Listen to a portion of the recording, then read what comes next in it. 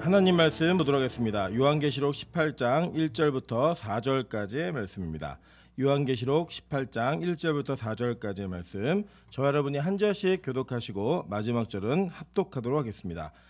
요한계시록 18장 1절부터 4절까지의 말씀 교독하도록 하겠습니다.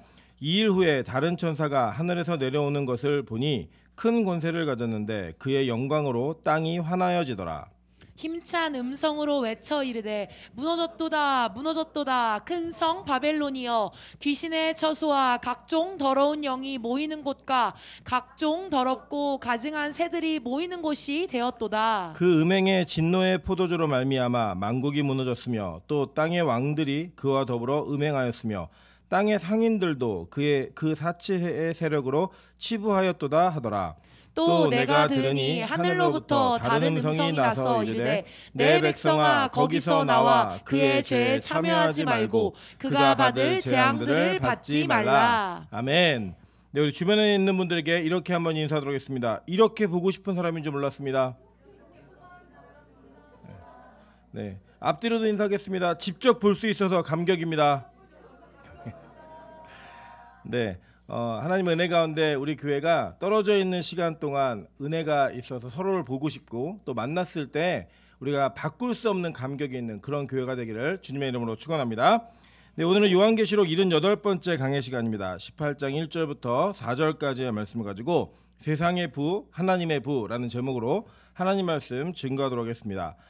이 요한계시록은 우리가 알고 있는 것처럼 하나님께서 사도 요한을 통하여서 소아시아에 있는 7교회에게 쓴 편지입니다. 그래서 이 책은 기본적으로 그 당시에 핍박받고 있었던 7교회들에게 힘과 위로를 주고 승리에 대한 약속을 다시 한번 확인하는 내용으로 기록되어져 있는 것들을 우리가 발견할 수 있다고 하는 것입니다. 동시에 이 책은 지금 오늘 저와 여러분에게도 동일하게 메시지를 전달하고 있고, 이 메시지가 저와 여러분의 삶 가운데 현실적으로 실제적 역할을 하고 있다는 것을 우리는 믿고 그 믿는 말씀을 통하여 우리의 삶의 원리를 세워가야 되는 그러한 책임과 의무가 우리 안에 있다라고 하는 것입니다.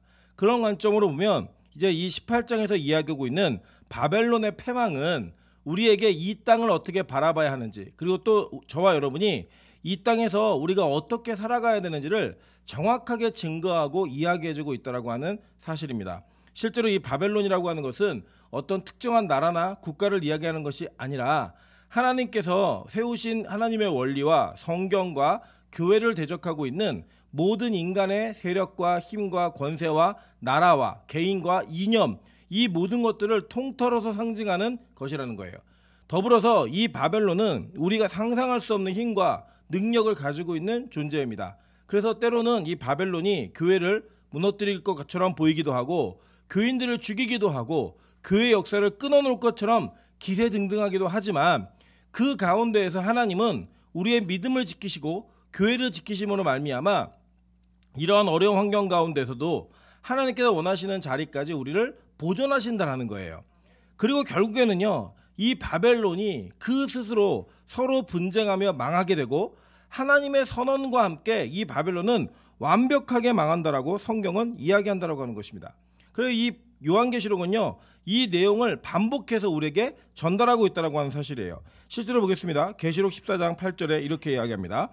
또 다른 천사 곧 둘째가 그 뒤를 따라 말하되 무너졌도다 무너졌도다 큰 성 바벨론이여, 모든 나라에게 그의 음행으로 말미암아 진노의 포도주를 먹이던 자로다 하더라.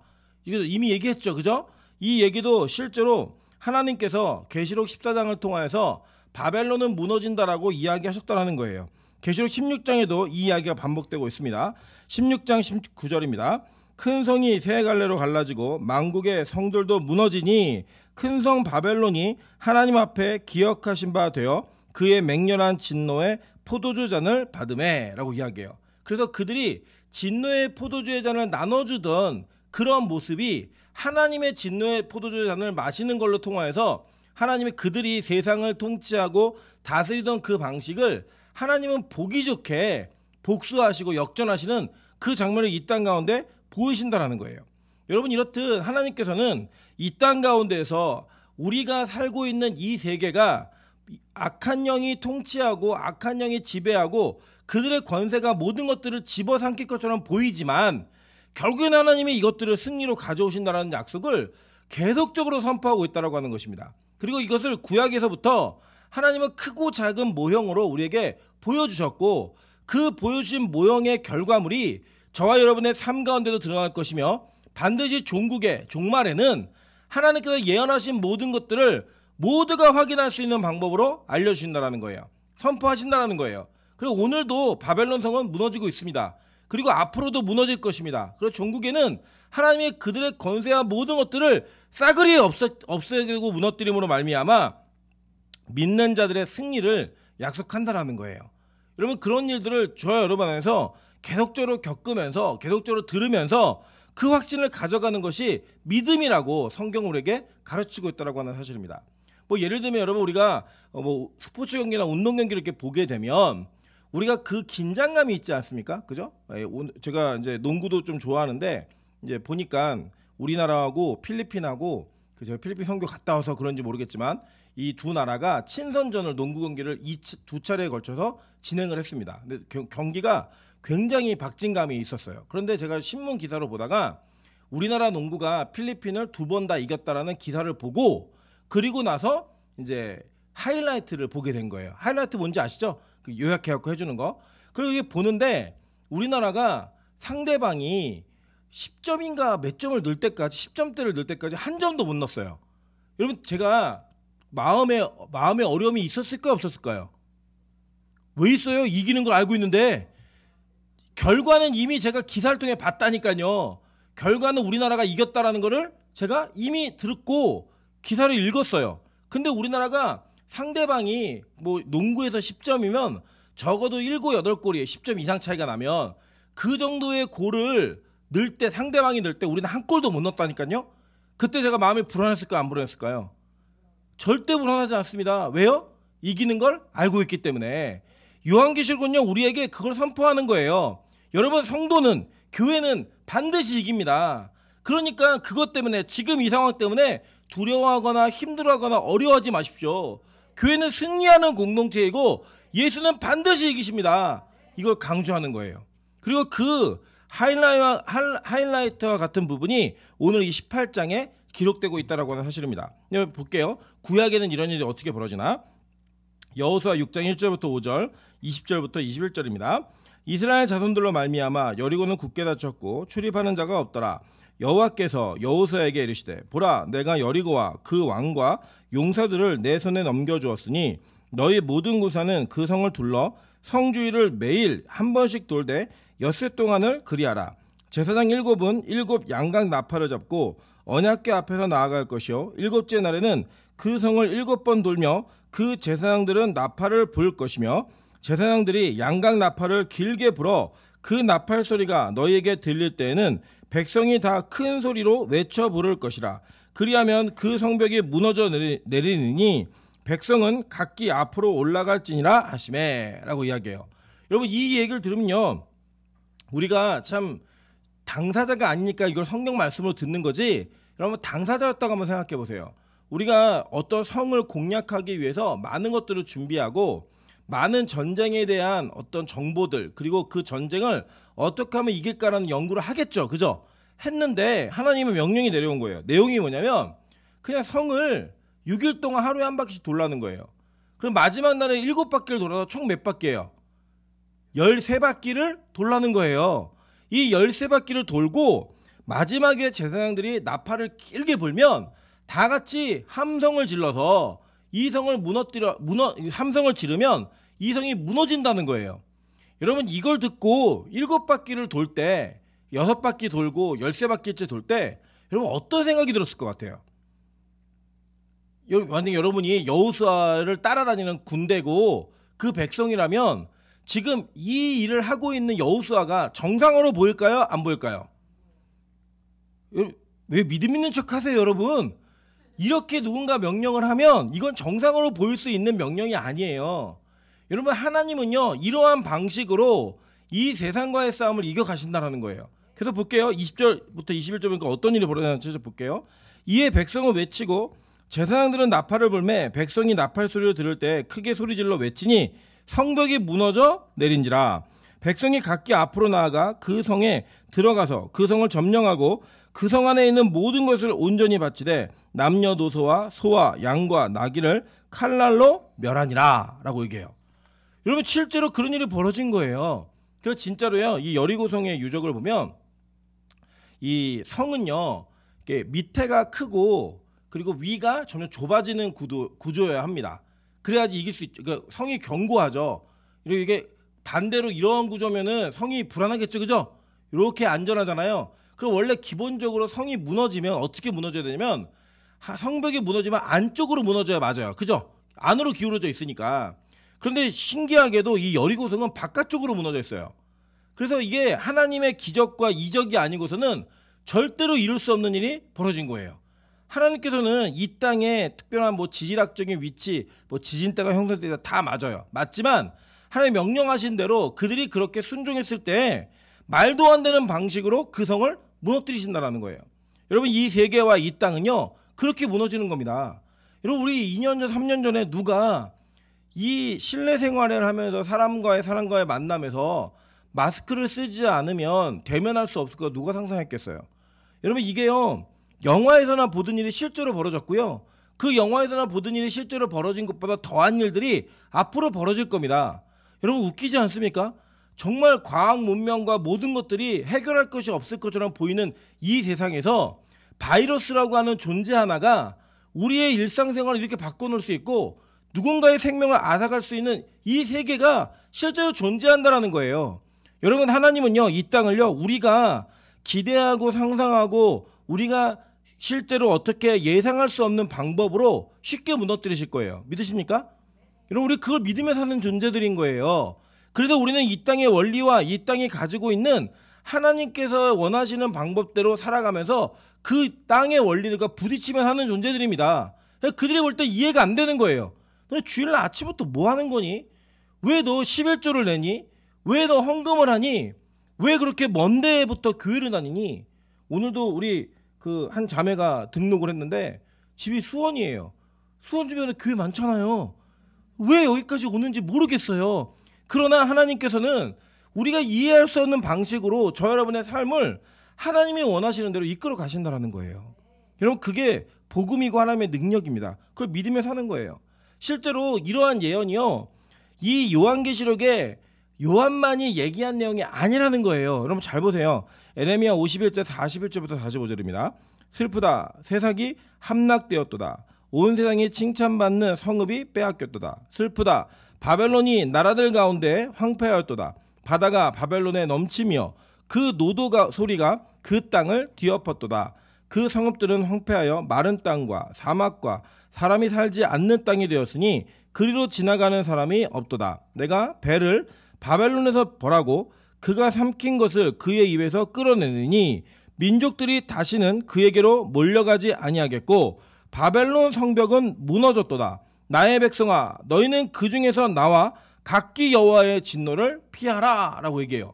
이거 어디서 읽으신 것 같죠? 모르겠어요? 오늘 본문이잖아요, 그죠? 본문 보세요. 5절에 뭐라고 얘기하나 보세요. 4절에 또 내가 들으니 하늘로부터 다른 음성이 나서 이르되 내 백성아 거기서 나와 그의 죄에 참여하지 말고 그가 받을 재앙들을 받지 말라 라고 얘기해요. 여러분 그래서 요한계시록은 잘못 풀면 이게 이단 가기가 제일 쉬운 성경이라고 제가 말씀드렸죠. 근데 왜 잘못 푸냐면 구약을 모르는 사람들이 신약을 풀기 때문에 이런 일이 벌어지는 거예요. 구약을 알면 절대로 이 성경은 잘못 풀어낼 수가 없습니다. 너무 쉬운 책이에요. 이 당시에 요한계시록은 그 초대교회 7교회가 읽을 때 이게 도대체 무슨 얘기냐 이렇게 모르는 이야기가 아니었어요. 읽으면 다 아는 이야기였다고. 다 아는 이야기. 그러한 이야기의 연속성에서 구약은 우리에게 하나님의 일들이 어떻게 종국적으로 완성될 것이며 어떻게 이루어질지를 계속 반복적으로 설명하고 있는 거예요. 그래서 여러분 구약 설교를 들으면 신약에 그 답이 보이고 신약 성경을 읽으면 구약 성경의 힌트가 보여요. 그래서 결국에는 우리는 이 모든 성경을 통하여서 하나님이 약속하신 일들이 어떻게 이루어질 건가를 확신할 수 있게 된다는 거예요. 여러분 결론은 뭐냐면요. 이 바벨론은 반드시 망한다라는 거예요. 이 세상은 반드시 무너진다라는 거예요. 그래서 저와 여러분의 인생 가운데 하나님께서는 이 바벨론이 어떻게 순식간에 불시에 망하게 되는지를 이미 구약의 내용들을 통하여 보여주셨어요. 그래서 볼게요. 이사야 13장 19절부터 22절입니다. 열국의 영광이여 갈대아 사람의 자랑하는 놀이개가 된 바벨론이 하나님께 멸망당한 소돔과 고모라 같이 되었으니 라고 이야기해요. 그리고 소돔과 고모라 성은 어떤 성이었냐면 이 롯이 아브라함의 조카 롯이 쳐다보니까 애국과 같았고 에덴 동산과 같았다라고 얘기할 정도로 아름다운 성읍이었어요. 그리고 소알 땅이라고 하는 소알 성은 작은 성이라는 뜻이 있는 걸 보니까 이 소돔과 고모라는 굉장히 큰 성이었어요. 이 큰 성이 어떻게 망했죠? 하늘로부터 불과 유황과 우박이 내려가지고 그 성을 없애버렸어요. 그냥 흔적도 없이 온기가마에 연기 나는 걸로 끝내버렸다고요. 여러분 심판은 그렇게 옵니다. 마지막 종말은 그렇게 온다라는 거예요. 그래서 저와 여러분이 이 땅이 영원할 것 같지만 진짜 그런 일이 있을까? 여러분 있어요. 제가 대학생 때 그 폼페이 그 대전이라 그래가지고 화산 폭발하고 갑자기 망한 도시가 있는데 그 도시의 유적들이 우리나라에 전시됐던 적이 있었어요. 그리고 그거 보시면요, 그냥 사람들이 일상생활하다가 갑자기 죽었습니다. 갑자기 화산이 터지고 그 화산재로 덮여가지고 그 용암에 그대로 죽은 사람들, 그 퇴적된 것들에 의해서 그냥 화석이 된 사람들 그대로 일상생활 다 보여요. 그들 망할 거라고 생각 안 했습니다. 이 세상 영원할 것처럼 믿었어요. 여러분 그 우리나라 영화 중에 그 뭐죠? 이정재 나오는 거 있잖아요. 막 옷 벗고 보여주는 거 뭐예요? 그 암살, 밀정이라는 영화 보셨죠? 일제 영화를 보면 나중에 전지현이 물어요. 이정재 왜 그랬냐? 그랬더니 이정재라는 그 민족의 배반자가 자기가 죽기 전에 이렇게 얘기하면서 어떤 얘기하냐면 나는 독립될 줄 몰랐다라는 거예요. 독립될 줄 몰랐기 때문에 내가 친일적 행동을 했다라고 얘기해요. 실제로 친일 행동을 했던 사람들의 그 변명과 이야기를 들어보면 다 똑같이 말하는 게 뭐냐면 그 거대하고 강력한 일본이 망할 줄 몰랐다라는 거예요. 여러분 일본이 어떠한 나라였냐면 지금 우리나라가 보는 일본하고는 완전 달랐습니다. 그때 우리나라는 일본에 먹혔고요. 일본이 러시아하고 전쟁에서 이겼어요.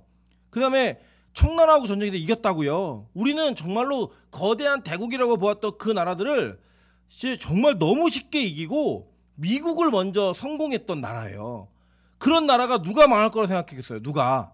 아무도 망할 거라 생각하지 않았기 때문에 자기의 민족을 버리고 그들에게 투항하며 그들에게 친일적인 행동을 했던 그 사람들이 다 했던 말이 뭔지 아세요? 독립될 줄 몰랐다라는 거예요. 독립될 줄. 독립이 됐어요? 안 됐어요?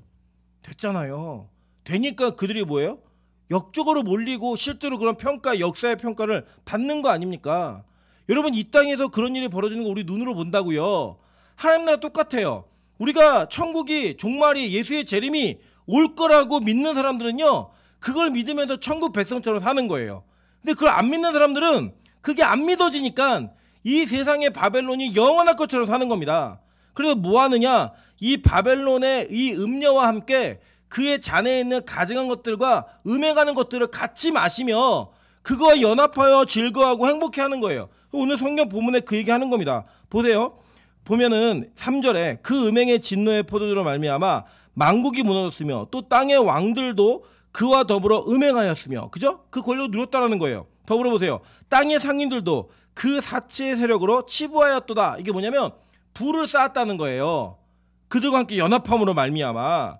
그래서 이 부와 명예와 권력을 쌓는 그 모습 속에 그들의 인생의 목적이 무엇이었냐면, 아, 이 나라 영원하다, 이 땅은 영원하다, 이 세계는 영원하기 때문에 내가 여기서 잘 먹고 잘 사는 일에 최선을 다해야겠다, 이거예요. 그런데 하나님은요, 오히려 하나님의 백성들에게 말하는 거예요. 거기서 나와서 하나님의 진노를 피하라는 거예요. 하나님의 심판을 피하라는 거예요. 그게 하나님께서 우리에게 주시는 이 마지막 때의 탈출구입니다. 탈출구. 그거 우린 결정해야 되는 거예요. 같이 이 세상과 망할 건지, 아니면 그곳에 탈출함으로 말미암아 그 진노를 면하게 될 건지. 여러분 근데 여기서 뭘 얘기하고 있냐면, 여기서 이 땅에서 같이 망할 자들은 두 가지예요. 땅의 왕들이 그와 더불어 음행하였대요. 제가 이 부분은 뭐 지난번에 다룬 적이 있지만 우리가 왕 될 사람이 없기 때문에 이건 좀 지나가고요. 두 번째를 좀 보도록 할게요.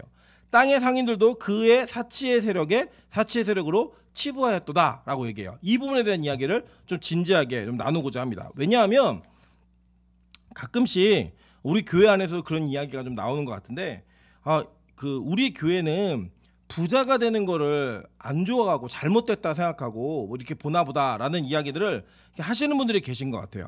여러분 절대 그렇지 않습니다. 제가 오늘 이 본문을 통해 이 세상이 추구하는 부와 하나님이 원하시는 부가 어떤 차이가 있는지, 그리고 그 부를 손에 얻기 위해서 부 자체가 목적이 아니라 적어도 여러분 이럴 될 거 아니에요. 마지막 심판받을 때 야 너는 세상의 사치의 세력, 음행의 사치를 누리는 것들을 함께 연합함으로 말미암아 네가 부를 쌓았으니까 넌 지옥이야 라는 얘기 안 들으셔야 되잖아요. 그죠?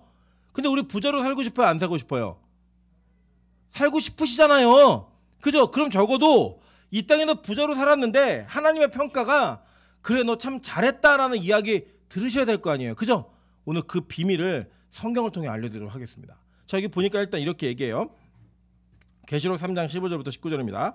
내가 내 행위를 아노니 내가 차지도 아니하고 뜨겁지도 아니하도다. 내가 차든지 뜨겁든지 하기를 원하노라. 내가 이같이 미지근하여 뜨겁지도 아니하고 차지도 아니하니 내 입에서 너를 토하여 버리리라. 내가 말하기를 나는 부자라 부유하여 부족한 것이 없다 하나 내 곤고한 것과 가련한 것과 가난한 것과 눈먼 것과 벌거벗은 것을 알지 못하노다. 내가 너를 권하노니 내게서 불로 연단한 금을 사서 부유하게 하고 흰 옷을 사서 입어 벌거벗은 수치를 보이지 않게 하고 안약을 사서 눈에 발라 보게 하라. 무릇 내가 사랑하는 자를 책망하며 징계하노니 그러므로 내가 열심을 내라 회개하라 라고 얘기했어요.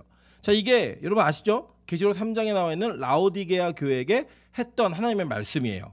그리고 이 라오디게아 교회를 제가 가봤습니다. 가봤더니 히에라볼이라고 이 라오디게아 교회 근처에 따뜻한 온천수가 나오는 물이 있어요. 이 온천수가 쭉 내려오는 물이 있는데 이 물이 따뜻한 이 물은 약으로 쓰였어요. 그러니까 그 치료하거나 이렇게 하는데 약을 만드는 재료로 쓰였고요. 또 이 도시는 이제 찬물이 없기 때문에 골로세라고 하는 그 도시에서 계속 물을 끌어다가 식수로 사용했습니다. 그래서 제가 말씀드렸죠. 이 차거나 뜨겁거나 둘 중에 하나 해라. 이게 뭐 신앙생활을 아예 개떡같이 하든지 아니면 열정적으로 하든지 둘 중에 하나 해라. 이 말씀 아니라고 말씀드렸죠. 뭐냐면 찬 것은 식용으로 썼어요. 뜨거운 거는 온천으로 몸을 고치거나 치유하는 의학적 용도로 썼다고요. 이 물은 차든지 뜨겁든지 하면 그 목적이 분명했다는 거예요. 그런데 미지근한 건 뭐예요? 이것도 아니고 저것도 아닌 애매한 거죠. 그죠? 이번에도 저희 아들이 묻더라고요. 아빠 애매한 게 뭐야? 애매한 게 뜻이 뭐야? 그래서 설명을 못 하겠는 거예요. 그래서 옆에 있는 어떤 집사님이 이렇게 설명해 주는 거예요. 찬수야 여기 딸기 주스가 있고 망고 주스가 있어. 그 이거를 두 개를 한꺼번에 같이 먹으면 무슨 맛일까? 그래서 찬수가 애매한 맛이요. 이렇게 얘기하는 거예요. 그 이것도 아니고 저것도 아닌 그게 애매한 거야. 이렇게 설명하니까 이해를 하는 거예요. 이거 뭔지 아시겠죠? 사람이요 이 땅을 살면서 이 세상에서 여기저기 양다리를 걸치며 사는 거예요. 주일에는 예배드리는 것처럼 살고 주중에는 세상 사람처럼 아무런 차별성 없이 사는 그게 뭐예요? 미지근한 삶이라는 거예요. 그 자체가 목적이 분명해야 된다는 겁니다. 성도는요 목적 없이 부르심 받은 사람이 없어요. 저와 여러분의 부르심이 있을 때는요 여러분 하나님께서 어떻게 사용하시겠다라는 정확하고 분명한 부르심이 있는 거예요. 믿으십니까? 그 목적대로 살지 않는 모든 자들은 다 미지근한 자들인 거예요. 다 미지근한 자들. 그 목적성과 비전을 잃지 말고 하나님의 뜻대로 살아라. 이게 바로 여기서 말하는 거예요. 그러면서 얘기하는 게 뭐냐면 야, 너 부자라도 부족한 것이 없다고 생각했더니 이거예요. 이게 뭐냐? 사치로 인하여서 그의 눈이 가려진 거예요. 그 부 때문에 영적인 삶에 자기의 목적성을 잃어버린 거예요. 여러분 예를 들어 이런 겁니다. 여러분이 자산을 모을 수 있어요. 부동산 구매할 수 있고요. 여러분 증권, 주식 다 할 수 있습니다. 뭐 코인은 하지 마세요. 코인은 제가 볼 때는 이거는 악이에요. 어쨌든 모든 걸 여러분이 자산을 늘리는 방식에 여러 가지 시도를 할 수 있어요. 그죠? 그리고 모았어요. 모았는데 그 모은 것 자체가 여러분에게 나는 부자니까 나는 부유하니까 영적인 삶에 대해서는 관심이 사그라들고 그게 꺼지고 있다라고 하면 여러분의 부는 이 세상의 부인 사치의 부예요. 하나님 오실 때 그것으로 인하여서 저와 여러분이 어떠한 징계와 심판을 받을지 우리는 알지 못해요. 그 진짜 부는 뭐냐면 하나님이 여러분의 부를 맡기신다. 그 부는 목적이 있는 겁니다. 그 목적성을 가지고 나에게 자산이 늘어나고 무언가 생길 때 내가 이것들을 통하여서 하나님이 원하시는 어떠한 특정한 목적의 일을 반드시 해내야겠다라고 하는 비전이 여러분 안에 굳건하게 생긴다. 그럼요, 그건 모으셔도 돼요. 더 많이 버셔야 됩니다. 저는 우리 빛과 소금에 진짜 부자들이 많이 나오기를 소망합니다. 근데 그 부자들이 하나님 나라에 동참하기를 더 크게 소망합니다. 만약에 우리가, 저와 여러분이 그 부를 획득함으로 말미암아 저 여러분의 인생에 하나님을 향한 비전을 잃어버리고 지옥에 간다면 저는 여러분이 평생 가난하길 원합니다. 그렇기 때문에 어쩌면 이 부분을 강조하다 보니까 여러분이 제 설교나 저희가 가지고 있는 어떤 생각들을 들으시면서 우리 교회는 가난해야 되는구나 라는 오해를 하시는 것 같은데, 저는 차라리 그게 낫다는 거예요. 부에 대한 목적과 여러분의 사명이 분명하지 않은 상태에서 자산이 자꾸 모여가지고 영적으로도 눈이 어두워진다? 그럼 차라리 가난해서 주님 앞에 엎드리는 게 훨씬 낫다는 거예요. 그런데 여러분, 저는 저와 여러분이 하나님께서 주신 비전을 발견함으로 말미암아 그 비전 때문에 하늘로부터 오는 부가 여러분에게 임했으면 좋겠어요. 그 임하는 것을 통하여서 하나님 나라가 이루어지면 되잖아요. 저 여러분을 통해서. 여러분, 제가 보니까요, 교회가 부흥하고 하나님의 말씀들이 성장할 때는요, 어떤 일이 벌어지냐면 영권, 물권, 인권이 이 교회 안에 부어집니다. 초대교회도 그랬어요. 그래서 뭐 했어요? 부자들이 자기의 밭이나 땅이나 자산을 팔아서 교회에 헌금을 했죠. 그죠? 그래서 그 헌금 가지고 뭐 했어요? 구제하고 선교하고 이런 일들을 감당했다고요. 교회는요, 재정이 풍성하고 있어야지만 일을 합니다. 그렇기 때문에 교회는 재정이 필요 없는 곳이 아니에요. 필요한 곳이에요. 그런데 그렇게 모은 재정이 하나님 뜻대로 사용되지 않는다. 그러면 이건 문제가 있다는 거예요. 여러분, 실제로요, 제가 교회 이름은 말씀 안 드리지만 어떤 교회는요, 정말 너무나 큰 부를 가지고 있어요. 부동산의 가치가 조 단위예요. 그럼 이런 교회들은요, 그 조 단위가 있는 것만큼 하나님이 그 교회에게 일을 맡기셔야 되지, 맞는 거죠. 그죠? 일을 해야 맞는 거예요. 그래야지만 교회는 건강한 교회가 되는 거고 맡은 바의 사명을 감당하는 교회가 되는 겁니다. 교회는요, 이 사회법으로도 비영리 단체입니다. 교회가 돈을 모으고 축적함으로 말미암아 우리 교회 자산이 이만큼 있다고 자랑하는 것은 이 사회적으로 볼 때도 옳지 않지만 하나님 보시기에는 말도 안 되는 일이에요. 여러분, 그럼 이게 비단 교회라는 어떤 사회적 시스템과 조직에만 있는 일이겠어요? 하나님은요, 우리 각자를 다 교회로 보신다니까요. 여러분에게, 저에게 맡기신 재정이 있다면 그 재정은 하나님께서 여러분에게 맡기신 사명이에요. 믿습니까?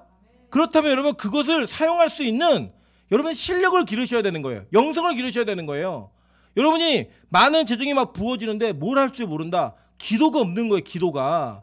여러분, 아니면 여러분이 하나님을 향한 그 눈이 가려졌음에도 불구하고 모르고 그냥 모으기만 한 거예요. 아니라고. 여러분, 저는요, 우리 빛과 소금 교회 성도들이 진짜 하나님이 원하시는 부자가 되길 바랍니다. 많이 버세요. 많이 모으세요. 그런데 그 모은 것이 목적이 아니라 그것이 사용되는 것이 목적이어야 합니다. 하나님께서 돈을요, 우리에게 사랑하는 어떤 개념으로 우리에게 주신 게 아니에요. 사용하는 개념으로 주신 거예요. 그래서 이 돈을 어떻게 잘 사용하는가가 여러분이 얼마의 재정을 맡을 수 있는가에 그 지표가 되는 겁니다. 그래서 여러분, 소비 습관 중에 가지고 있는 자산 중에 하나님을 향한 비전으로 무엇이 투자가 되고 있는지, 무엇이 사용되고 있는지를 보셔야 된다는 거예요. 그래서 뭐라고 얘기해요? 내가 권한대요. 내게서 불로 연단한 금을 사서 부유하게 하고 라고 이야기해요. 불로 연단한 금이라는 건 그 당시로 따지면 3번 이상의 연단을 통해서 불순물을 다 뽑아내는 거예요. 그 뽑아내는 거 보니까 이게 진짜 실제적 금인가? 이 뒤에 보면 그게 아니에요. 흰 옷을 사서 입어 벌거벗은 수치를 보이지 않게 하고. 여러분, 이 사람들이 이 땅의 재정적 부자였죠. 근데 이 부자들이 옷이 없어갖고 벌거벗고 다녔겠어요? 아니죠. 이건 뭘 말하는 거예요? 계시록의 흰 옷은 성도들의 옳은 행실이잖아요. 그죠? 그러니까 금과 같은 믿음을 사서 너희가 흰 옷, 옳은 행실을 입으라는 거예요. 그래서 벌거벗은, 창세기의 그 벌거벗은 이후에 선악과를 따먹고 타락한 그 몸을 가리우라 라고 얘기하는 겁니다. 안약을 사서 눈에 발라 보게 하라. 이들이 진짜 눈이 안 보이는 이 생리학적이고 의학적인 그 시각에 장애가 있었어요? 아니에요. 이 사람들은요, 영적인 눈이 가려졌던 거예요. 그러니까 이 안약을 사서 넣으라고 하는 것은 너희들의 그 믿음으로 보면 영원히 띄어지게 만들라는 거예요. 영원히 띄어지게. 영적 싸움이 뭔지 알고 영적인 것이 무엇인지를 이해할 수 있는 그런 눈의 띄임, 개안이 되어져라. 영적인 눈이 개안이 되어지는 거, 이거를 기대했던 거예요. 그리고 보세요. 뒤에 뭐라고 하냐면 내가 사랑하는 자를 책망하며 징계하노니 라고 얘기하는 거예요. 내가 사랑하니까 관심이 있으니까 이 얘기하는 거야. 그러면서 얘기하는 게 뭐예요? 내가 열심을 내라, 회개하라 라고 얘기했습니다. 그리고 그 행위를 회개하라고 말한 거예요. 회개하라고.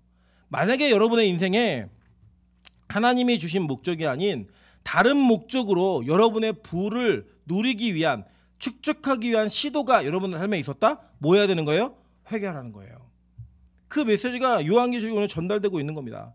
여러분, 소돔과 고모라는요, 많은 것들을 자랑하는 도시였어요. 많은 사람들이 그 도시를 자랑했는데 그 도시가 어떤 도시였냐면 그 도시의 횡포로 인하여서 그 고통 소리가 하늘로 전달돼 가지고 하나님과 천사가 그걸 보러 내려왔습니다. 확인하려고. 그 도시가 어떻게 망하는지 한번 볼게요. 창세기 19장 24절부터 29절입니다. 여호와께서 하늘 곧 여호와께로부터 유황과 불을 소돔과 고모라에 비같이 내리사 그 성들과 온들과 성에 거주하는 모든 백성과 땅에 남 것을 다 엎어 멸하셨더라. 롯의 아내는 뒤를 돌아보았으므로 소금 기둥이 되었더라. 아브라함이 그 아침에 일찍 일어나 여호와 앞에 서 있던 곳에 이르러 소돔과 고모라와 그 온 지역을 향하여 눈을 들어 연기가 옹기 가마의 연기같이 치솟음을 보았더라. 하나님이 그 지역의 성을 멸하실 때, 곧 롯이 거주하는 성을 엎으실 때에 하나님이 아브라함을 생각하사 롯을 그 엎으시는 중에서 내보내셨더라 라고 이야기해요. 그죠? 그 성에 나오라 그랬잖아요. 그죠? 나오라는 거예요. 끄집어낸 다음에 그 성은 어떻게 했어요? 하늘로부터 유황과 불이 소돔과 고모라에 비같이 내렸대요. 완전 망한 거예요. 근데 여기 보니까 한 사람이 등장해요. 누구냐? 롯의 아내예요. 이 롯의 아내는 가다가 어떻게 했죠? 뒤를 돌아보면 말미암아 소금 기둥이 되었어요. 왜 뒤로 돌아갔을까요? 여러분, 우리가 뒤를 왜 돌아봐요? 그냥 아쉬워서 돌아보는 거. 아쉬워서. 그는 그 롯의 아내는 자기가 그 소돔과 고모라에 축적해 놓은 부가, 그가 가지고 있던 집, 그가 가지고 있던 여러 가지 뭐 문서들이 있었겠죠. 그죠? 귀중품 다 있었겠죠. 그 모든 것들이 아까웠던 거예요.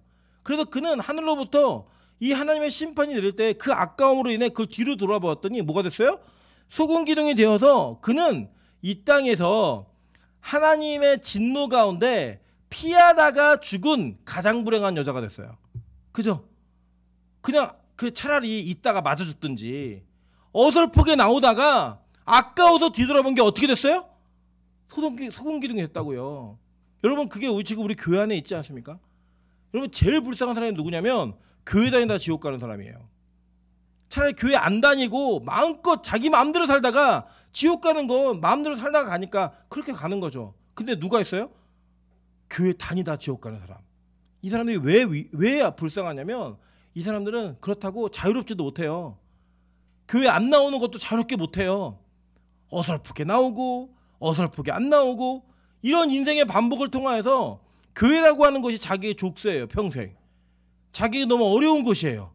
안 나가기엔 찝찝하고 나오면 재미없고. 여러분, 그런 인생을 쭉 살다가 주님 오시는 날 그 믿음으로 구원받는다고요? 저는요, 그럼 제가 예수를 안 믿을 거예요.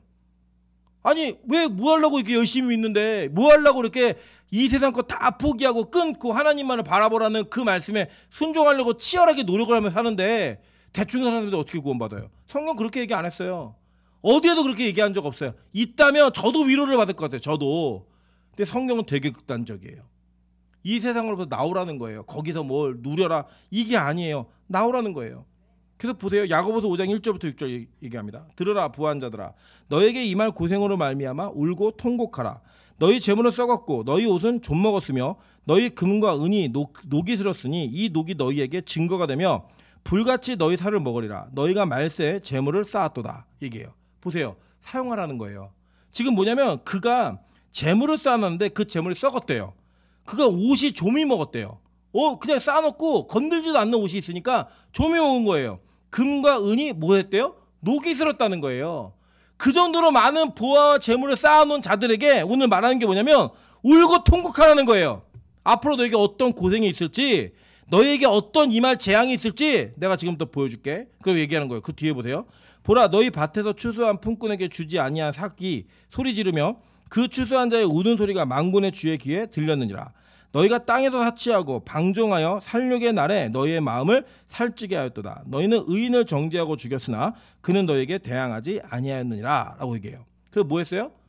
줄 노동자의 임금을 착복하고 자기 밭에서 일하는 사람들의 수고를 멸시하고 중간에서 가로챈 자들, 그 자들이 자기의 부를 쌓은 거예요. 그리고 그걸로 사치한 거예요. 그들에게 뭐라고 얘기하고 있어요? 너희들 두고 봐라. 너희들 통곡한다, 운다 얘기한 거예요. 여러분, 그래서요 우리에게는 정직한 부가 필요합니다. 그리스도인은요 남을 속이고 남에게 무언가를 착취하고 뺏음으로 말미암아 자기의 것을 누리는 것이 허용되지 않았어요. 그죠? 허용되지 않았어요. 이거를 하나님은 원하시지도 않으시고 허락도 안 하세요. 이걸 하는 자들에게 명하고 있는 게 뭐냐면 너희들 반드시 망한다예요. 그리고 또 동시에 말하는 게 뭐냐면 재물 쌓아놓는 거. 그 얼마나 안 썼으면 돈이 녹이 쓸어요. 얼마나 안 입었으면 옷을 많이 사놓고 얼마나 안 입었으면 그 좀이 먹어요. 그럴 정도의 부를 축적해 놓으면서 뭐 한 거예요? 이 사람은 일하지 않은 거예요. 나눠주지 않은 거예요. 필요한 곳에 그 물질을 던지지 않은 거예요. 그랬을 때 그 상황 속에서 하나님은 이 자들에게 말하는 게 뭐냐면 너희 반드시 통곡할 날이 올 거니까 지금부터 울어 얘기하는 거예요. 여러분, 그래서요 교회는 너무 많은 재정을 보유하고 있어서 안 됩니다. 하나님이 혹시 우리 교회에게 재정을 주시면 이걸 어디에 쓸지를 고민을 해야 되는 게 교회의 사명인 거예요. 그리고 교회는 그것을 어떻게 하면 잘 쓸까를 통하여서 잘 쓰는 대로 더 많은 복을 받는 겁니다. 여러분, 그래서 이런 겁니다. 나누고요 베풀면 그것으로 인해 하나님 우리에게 더 많은 걸 맡기시는 거예요. 이 세상의 모든 것들이 하나님 거잖아요. 여러분, 돈은요 돈 자체가 나쁜 게 아니에요. 부 자체가 나쁜 게 아니라고. 그건 중립적인 거예요. 교회가 일하려면 돈이 있어야죠. 그죠? 여러분, 사람이 먹고 살면, 여러분 예수 믿으면 돈 없이도 살아요? 아니에요. 여러분, 돈 안 좋아하세요? 전 좋아해요. 돈 많으면 뭐 힘이 있어요. 저에게도 지갑을 딱 봤는데 거기 10,000원짜리가 많이 있다 그러면 누가 뭐 먹으러 가자 그럴 때 제가 막 주도하고 메뉴 고르고 막 할 수 있어요. 근데 없으면요 가위바위보 해 막 이러고, 그죠? 네. 누구 쏘는 사람 없나? 막 기다리고 비참해지는 거 초라해지고. 여러분, 있으면요 힘이 있어요. 힘이 우리 좋아한다고요. 근데 그 힘이 무슨 힘이냐는 거예요. 야, 내가 너보다 좋은 차 타. 우리 집이 너보다 집보다 훨씬 높고 좋아, 넓어. 야, 나는 이거 있기 때문에 너보다 훨씬 더 명품 브랜드를 입었어. 너 내 시계가 얼마짜리인지 알아? 야, 너 내 신발이 얼마짜리인지 알아? 그거 자랑한다? 여러분, 야고보서 말씀 그대로 읽으시면 돼요. 그냥 그거 자랑하고 있다? 여러분, 소돔과 고모라에서 그 부를 누리고 사치하며 사는 존재들인 거예요. 근데 우리는 뭐예요? 야, 내가 이번에 얼마를 벌었는지 알아? 이걸 벌어가지고 내가 무슨 일 했는지 아니? 내가 영혼들을 살렸어. 내가 교회를 세웠어. 하나님 원하시는 자를 도왔어.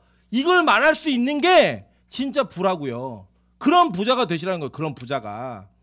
여러분, 잘 쓰는 것, 잘 베푸는 것, 그 기도하셔야 됩니다. 아무에게나 막 던지는 것도 아니에요. 하나님 원하시는 게 있다고. 원하시는 그 원하시는 것들을 잘 해가는 것이 바로 우리가 이 땅에서 사치를 누리다가 같이 망하는 자들이 아니라 그 땅으로부터 나갈 수 있는 자들인 거예요. 잘 보세요. 청지기가 뭐냐면요, 청지기는 내 것이 아닌데 누군가의 위탁과 위임으로 말미암아 그것을 맡게 된 자예요. 그죠? 그리고 여러분, 이 청지기가 좋은 게 뭐냐면 자기가 최선을 다했으면 그 자산에 대한 뭐 증가, 감소 다 날라가도요, 여러분 책임이 있어요, 없어요?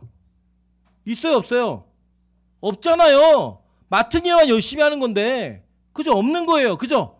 여러분, 주님이 저와 여러분 이 땅에 청지기로 세우셨어요. 믿으십니까? 그 청지기로 세우셨는데 주님이 오시는 거예요. 재림해서 오셨는데, 진짜 청지기 의식을 가지고 있는 사람은 내가 가지고 있는 부와 명예, 권력과 힘을 놓는 게 쉬워요, 어려워요?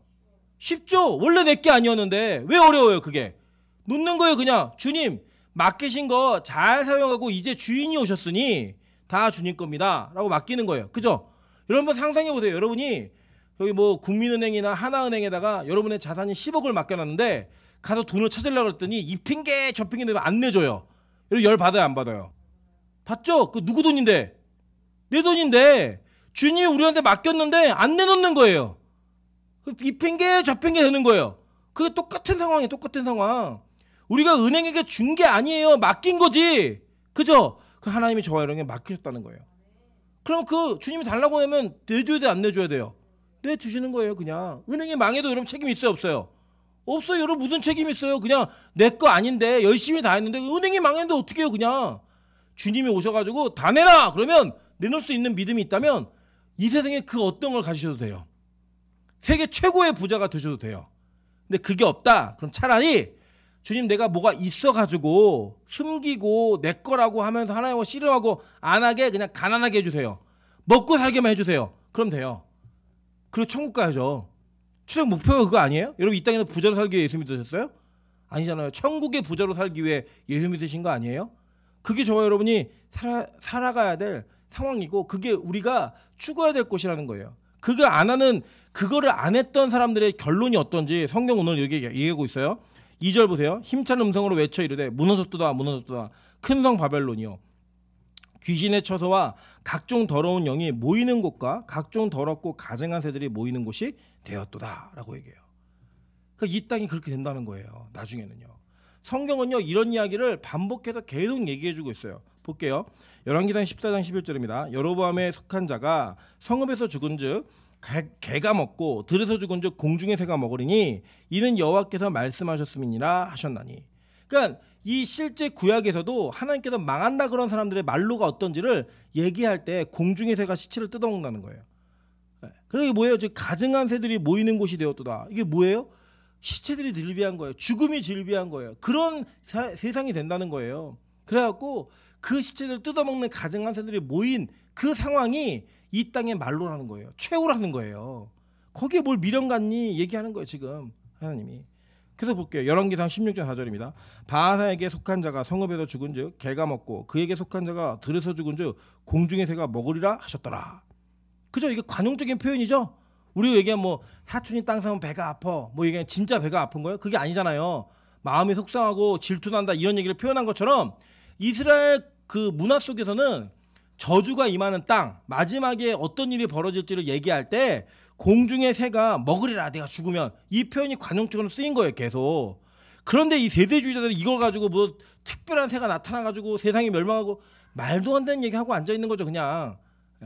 보세요. 계속 이 뒤에 보니까 왕상 21장 24절입니다. 아합에게 속한 자로서 성읍에서 죽은 자는 개들이 먹고 들에서 죽은 자는 뭐가 먹어요? 공중의 새가 먹으리라고 하셨느니라. 이게요. 이게 바로 이 세상의 마지막이라는 거예요. 시체들이 질비해지고 들에서 객사한다는 거예요. 그렇게 처절하게 멸망하는 이 땅의 마지막 너네 그거 쫓아갈래? 아니 거기 뛰쳐나올래? 이 얘기하는 거예요.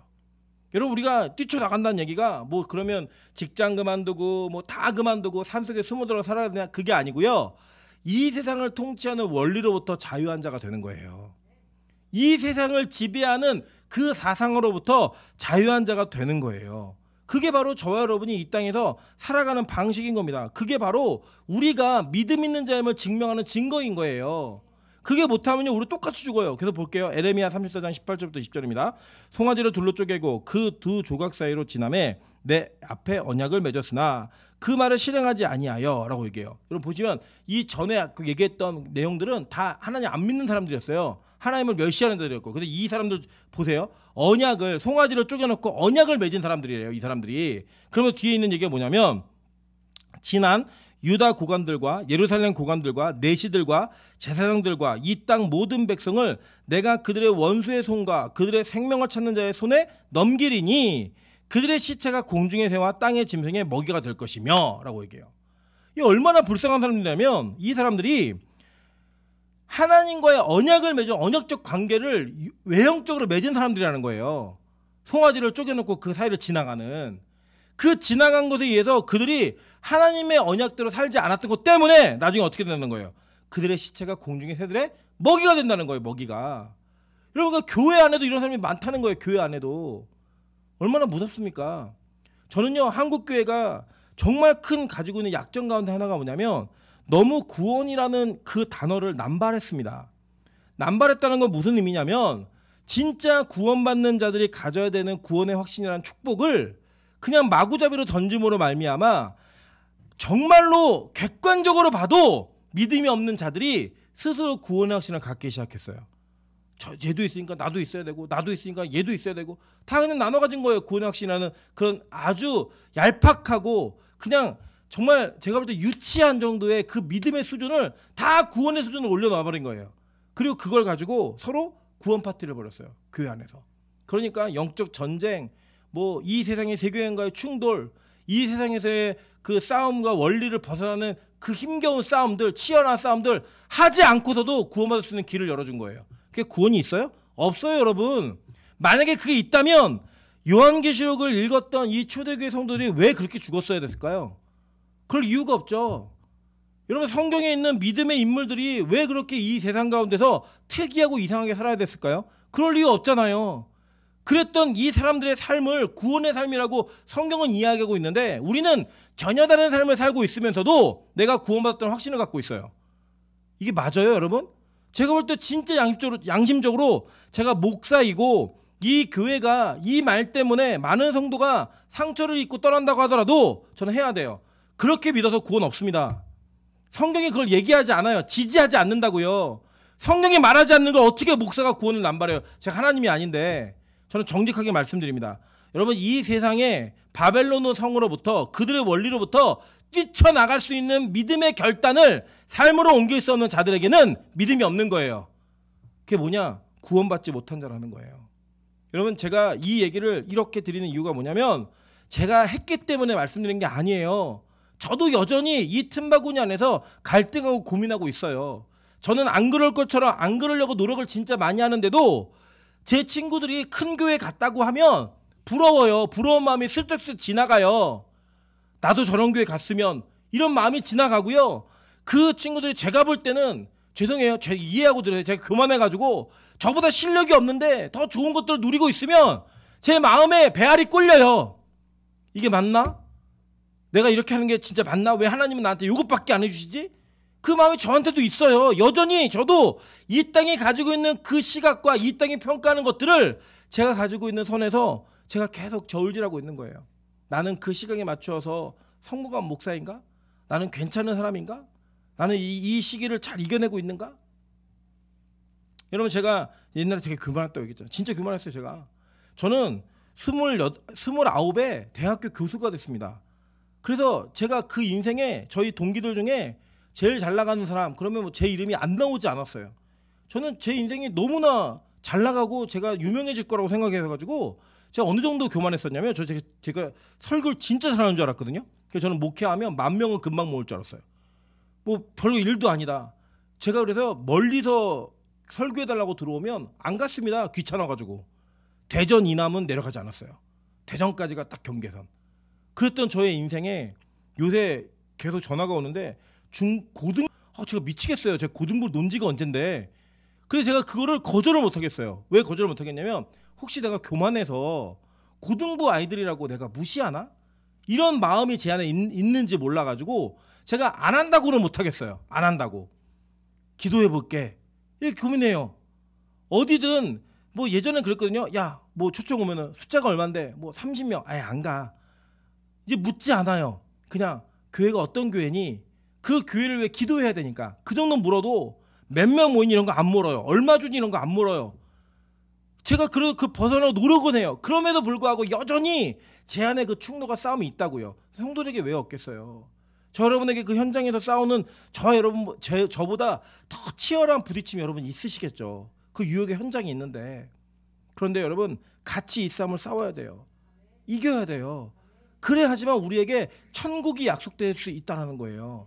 저는 적어도 우리 교회 성도들이 주님의 심판대 앞에 서서 하나님, 저는 임철 목사가 그렇게 설교하지 않아서 지옥 갑니다 라는 이야기를 안 들을 거예요. 적어도 하나님, 제가 들었는데 제가 그대로 살지 못했습니다. 이것까지는 괜찮지만 하나님, 임철 목사가 설교를 제대로 하지 않아서, 말씀을 제대로 가르쳐주지 않아서 나 지옥 갑니다. 쟤도 같이 지옥 보내주세요. 이 얘기는 안 들을 거라고요. 그게 제가 가지고 있는 마지막 소원이에요. 그래서 여러분, 단호하게 말씀드립니다. 우리는요, 이 바벨론으로부터 탈출하셔야 돼요. 그래야지만 살 수 있어요. 그래야지만 생명이 있어요. 힘드시겠지만 같이 하시자고요. 우리가 누군가 한 사람이 그걸 해내면 부러워요. 아, 저렇게 살 수 있구나.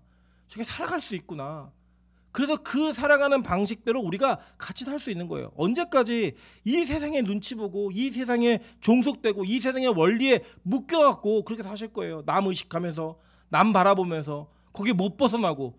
여러분, 하나님은요 저와 여러분을 이 땅에 그 무엇보다 귀한 존재로 창조하셨어요. 믿으십니까? 우리 그대로 사는 거예요.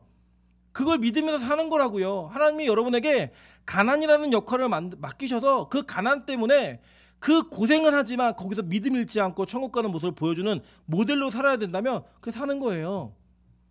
뭐 우리 교회도 있지만 신체적인 장애를 주셔서 그 장애가 끝나지 않는 그 연속 속에서도 하나님을 바라보고 믿음을 지킴으로 말미암아 그 역할을 하나님께 나에게 맡기셨다면 끝까지 이렇게 살아내는 걸 통하여서 천국의 모델이 되는 거예요. 누군가에게 얘기해 줄 수 있는, 나 이랬는데 그 가운데서도 하나님이 나를 포기하지 않으시는 그 과정을 통해 내가 이렇게 섰어. 너희들도 따라와. 얘기할 수 있는 거예요. 그걸 보여주며 사는 게 그리스도인이라고요.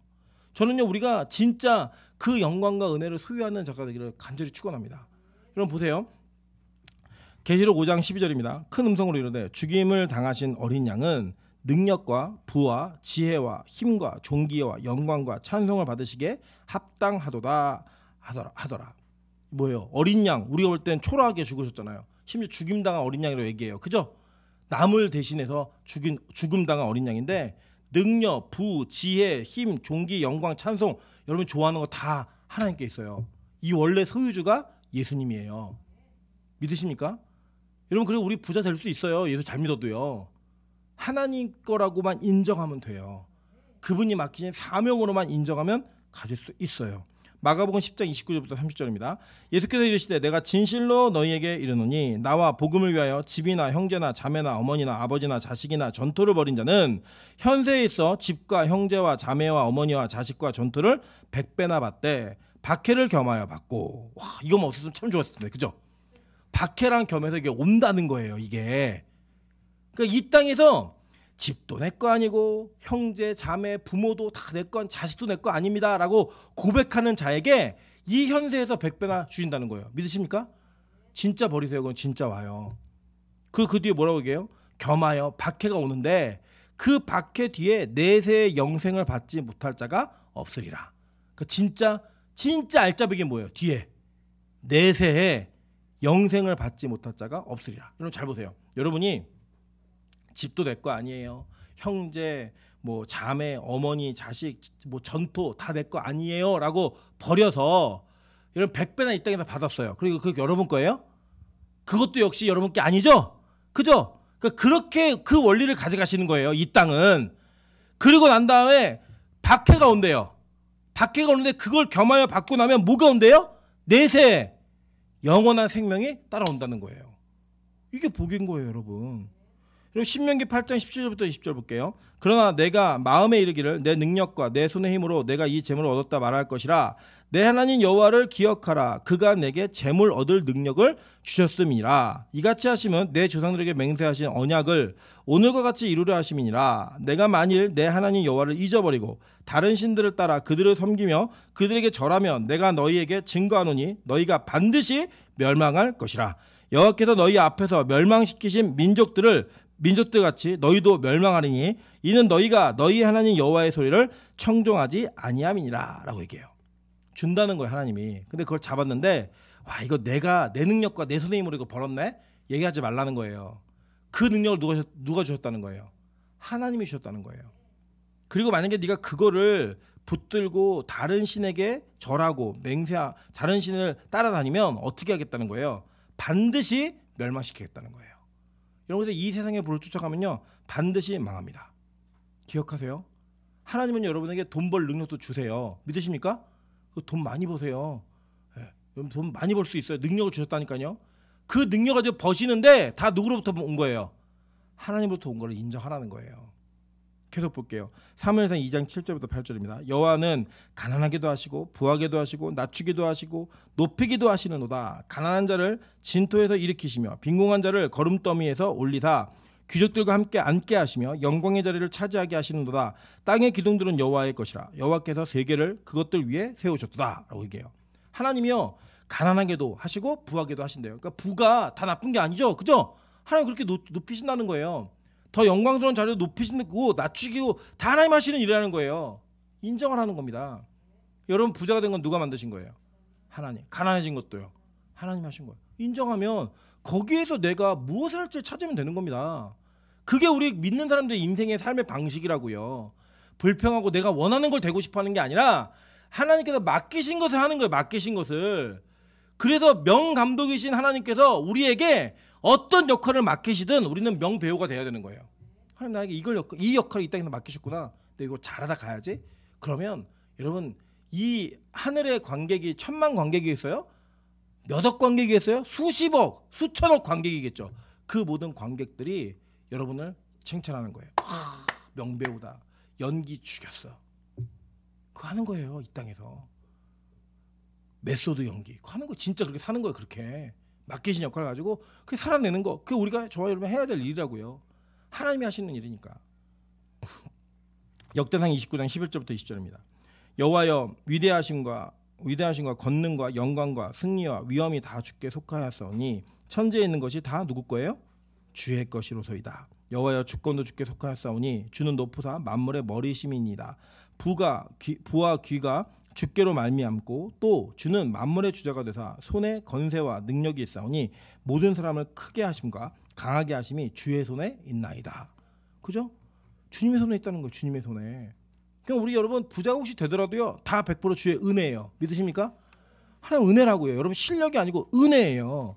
그런데 여러분 저는요 여러분에게 지금 오늘 진짜 부자가 되는 정말 귀한 비법을 두 구절을 통해 알려드리겠습니다. 자 보세요.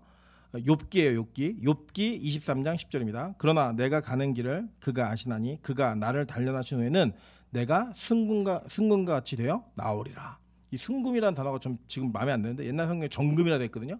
완전히 100% 순도가 있는 정금이 돼서 나온다는 거예요. 여러분 그 믿음을 소유하세요. 우리는 이 땅의 부는 이 땅의 명예와 권력은 다 지나가는 바람처럼 흩어지는 거예요. 진짜는 뭐예요? 하나님 여러분이 진짜 하나님의 부예요. 여러분이 진짜 하나님의 금이고 여러분이 진짜 하나님의 보석이라고요. 그래서 그 제사장 구약의 제사장은 자기 가슴에 있는 흉판에 12보석을 넣었죠. 새겨 넣었죠. 그 보석이 누굴 상징하는 거였어요? 다 이스라엘 백성들 상징하는 거잖아요. 구약의 교회. 계시록 22장에 가면 21장에 가면 하나님의 성이 있죠. 그 성의 문마다 12지파 이름이 있고 그 성벽의 기초성마다 12사도의 이름이 있어요. 그죠? 그 사도의 이름들은 누굴 상징하는 거예요? 신약의 교회들을 상징하는 거예요. 저 여러분이 가장 천국에 빛나는 보석이라고요. 그렇게 돼가는 거예요. 우리가 하나님의 부의 결정체가 누구냐? 바로 저와 여러분인 거예요. 여러분 저와 여러분 옆 사람에게 이렇게 인사하겠습니다. 이렇게 몸값이 높은 분인지 몰랐습니다. 네. 베드로전서 1장 6절부터 7절입니다. 그러므로 너희가 이제 여러 가지 시험으로 말미암아 잠깐 근심하게 되지 않을 수 없으나 오히려 크게 기뻐하는도다. 너희 믿음이 확실함은 불로 연단하여도 없어질 금보다 더 귀하여 예수 그리스도께서 나타나실 때에 칭찬과 영광과 존귀를 얻게 할 것이니라. 아멘. 그런 존재가 되셔서 진짜 몸값 비싼 진짜 여러분 가치 있는 그런 저와 여러분 되시기를 주님의 이름으로 축원합니다. 이 시간에 찬양으로 기도하겠습니다. 우리